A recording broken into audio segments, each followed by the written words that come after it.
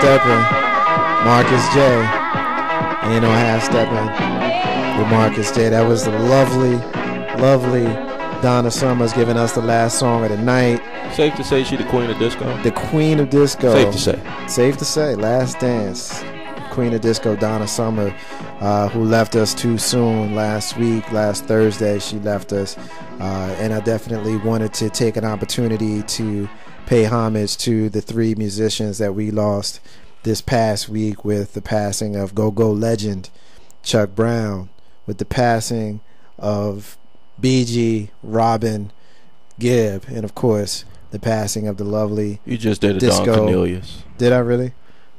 Robin Gibb. Hey, look, man, I'll be honest with you, man. We lost Morris Gibb back in 02, 03. And I'm a BG fan. I have been for my entire life. Not a big fan of go-go music, but you know, I can appreciate what Chuck Brown. I mean, basically, you can trace a whole genre of music right back to him. Yes, sir. And then, of course, with Donna Summer, you know, beautiful, beautiful woman. We were just talking about her beauty in the break, with your man Carlton Banks giving us his rendition of Last Dance. Thank you for bringing that up on the air. You ain't had to call me out like that. Be glad that it was during the break. I'll just say that. But of course, we've come. Next thing you know, you're gonna bust out YMCA. Wow. Well, speaking of that, you know, I saw a story last week where the dude that was the lead singer for the Village People was suing him. I think he was the cop, but he was suing them because he wasn't getting no royalties or nothing. Now remember, this is the same dude who is synonymous with, you know, all of the, you know, Village People songs. It's his voice that you hearing. Yeah. And he wasn't getting no loot. You know, they found him in the club in the Village, so you know they probably quickly signed on to a contract with somebody, and he got stiffed. Yeah. No pun intended, Village People. Wow. There you go. Yeah. Well, you know, it's crazy. So you had to know that we had to get one in. We had to get one in. So because we are not in the presence of your man Big Rube, there will be no smash. But in the place of the smash, we have something that is very able, very capable, and very, very poignant. We got your man Big Jay Grizzy. We're going to call him Big because he's sitting in Big Rube's spot. Yeah. We got my man Jay Grizzy Green that's going to hit us with Grizzy's gripes. Take it away, my man. Thank you very, very much, Marcus J. and the Ain't No Half Steppin' crew. I got something to get off my chest. Me being a married man and being raised by a whole bunch of women and being around women all my life. Please, one of y'all somebody's got to explain to me what clock y'all are on. When I say this, punctuality is, I mean, I'm not a stickler for punctuality, I mean, but, you know, I was told if you're on time, you're late, you know, and I've never seen a woman, and I'll use just my wife or any other woman for that matter, we got to be somewhere at, let's say, 9 o'clock. Here it is, 8:30, 8:45 with a 10-minute commute, and we're not there at 9 o'clock. Can some woman please, on the next show here at Marcus J, Ain't No Half Steppin', call in and tell me, what is it? Are you in a fifth dimension? Is it the bizarro world? It's like, I don't get it. I mean, men can be late too, habitually late, but women, I understand you got to get, if you know you got to get your hair done, your nails done, your outfit right, the right matching panties and bra set, the right lipstick, whatever you got to do. There's still time you can allot to get that done. But to make some other person late or be late, you're going to be late for your own funeral. Please, I just don't get it. It's a frustration. It's something that boggles my mind. How I don't know one woman that could be somewhere on time. If the bus is gonna pick you up at 10:55, you're gonna get there at 10:55 in 1 second and miss the bus. You know, so that's Grizzy's gripes. It ain't got nothing to do with the show. And did I take that? Yeah, you just took that. Wow. You just took that. Hey, that's paying homage. That's paying homage to the host. That's paying homage to the host. I had to clean that up real quick. But you know what though? He didn't do it like how y'all like to do it. No. He didn't do it like how y'all try to do it. It's a trademark of the show. You got to trademark that, Marcus J. Thank you for having me, brother. Thank you, Grizz. We want to transition to your man Carlton Banks. It's not unusual when he does his scene. What's up, brother? You know what? It's been a fun week. I had to say that. It's not unusual Little man came home today, and he said to me, "Daddy, I read 2 books yesterday. Does that mean I have to read one a day before I watch TV?" I kind of looked at him. It's like, damn, this little boy really smart. He really is smart. He is trying to use, some psychology that at his age is amazing. Now, again, the boy's 7. And he said, I read 2 books. That should count for today and tomorrow. So when did he start thinking about this? And I'm sitting here looking at him like, I'm going to tell him no. But I had to think to myself, damn, this boy really is trying to outsmart me. And I think back to my dad, who used to tell me, you can't trick the trickster, son. So of course I told him no. And broke it out to him. I said, yesterday was yesterday. Today is today. Okay, so you need to go ahead and read another book if you want to watch TV. And he understood that. He took it with a grain of salt.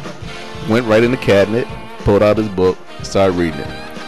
I come back to him, ask him a few questions. Okay, so he's watching TV now. So I'm saying all this to say, why is this little boy trying to get over on me? I mean, I can think of some parents that would have said, yes, go ahead. But then you'd be wondering, who is the smarter one here? You or him? Your kid should not be smarter than you at the age of 7 anyway. Now give him some time. Yeah, he will be. But not at 7. That's all I'm saying. Check your kids. Make sure you understand what they're saying to you. Because you may be living somewhere else after the boy said, Dad, I'm about to sell your house. And you say yes to it. You living on a boat. Yeah. Like, people come in and say, this my house. What do you mean this my house? See this signature? Right. Just my house. Parents, make sure you understand what your kids are saying to you before you say yes to them. You know what he's doing. Right? It's your kid. It's my kid. He got it from you. Yeah. Or he got it from his brother. I doubt that seriously. I said it. She ain't here to stop me. So that's my little issue for the week. I appreciate the time. Marcus J, take it away. I'm here, fellas. Thank you so much to everybody who listened to us tonight. I want to special thanks to Jay Grizzly Green for joining us in the studio.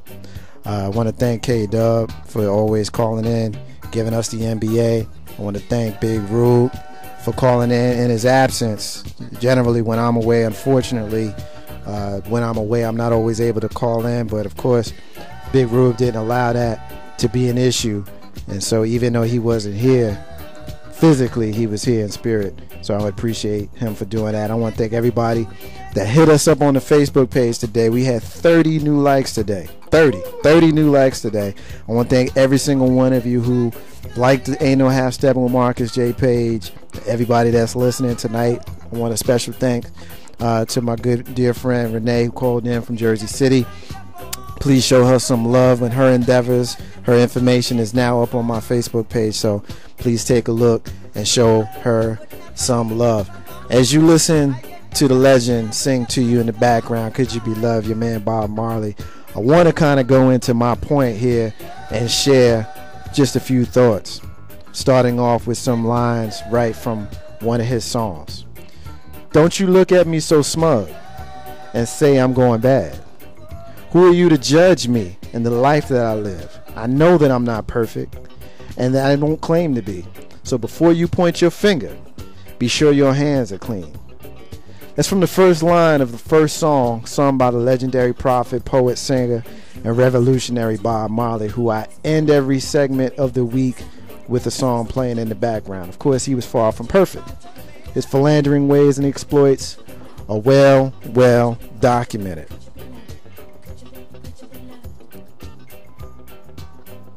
But he's known, of course, more for his good than he is his bad. And folks choose not to judge him. I wanted to start with that line because in 1962, at 17 years old, young Nestor Robert Marley understood what many today, 50 years later, still don't get. Judge not before you judge yourself. Judge not if you're not ready for judgment. Many of the things we see today in the media, in large part, are folks judging other folks. Many people use religion and spirituality and their faith as the moral compass and their gauge of other folks' business. Many are quick to point to the basic instructions before leaving Earth to justify their hatred of others, specifically same-sex couples. To those people, I point to Ecclesiastes 3:17, where it says, God will judge both the righteous man and the wicked man.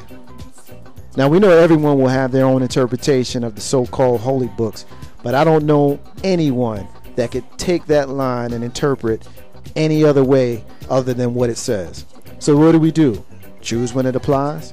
Do we place our own morality on another and insist they live upon our own set standards? Do we cast the first stone upon another while consciously living in sin ourselves? Many folks believe that if you don't follow a certain faith or a certain way, you're doomed to a final eternity of hell, fire, and brimstone. If you don't believe a certain holy book, you'll be met with dire consequences while living, and certainly in your afterlife.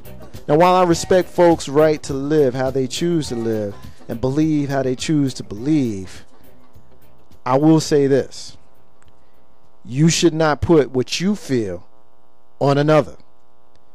You may say that I'm judging. That's fair. But I say this: if we treat other people as individuals and how they treat you, we will get along just fine. There are many languages spoken around the world. If you live in Japan, of course, you'll speak Japanese. If you live in France, you'll speak French. If you live in England, you'll speak English. So if we can understand that very simple concept without disrespect, even making attempts to learn multiple languages, then why then is it so difficult to accept that folks may speak different languages to relate to the grand architect?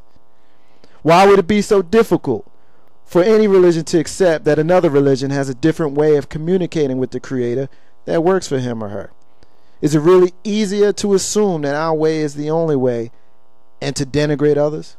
Must we judge them and talk down to them and assume that they will be doomed to an eternity of fire, pitchforks, horns, just because they choose not to accept the same prophet?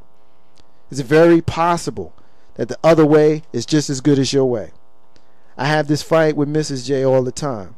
I drive one way home, she chooses to drive a different way home. One day we tested it. We took 2 cars and we arrived at the J residence, literally, at the same time. Bob Marley concludes his entrance to our consciousness with the line, "The road of life is rocky, and you may stumble too. So while you talk about me, someone else is judging you." That's the Myrrh.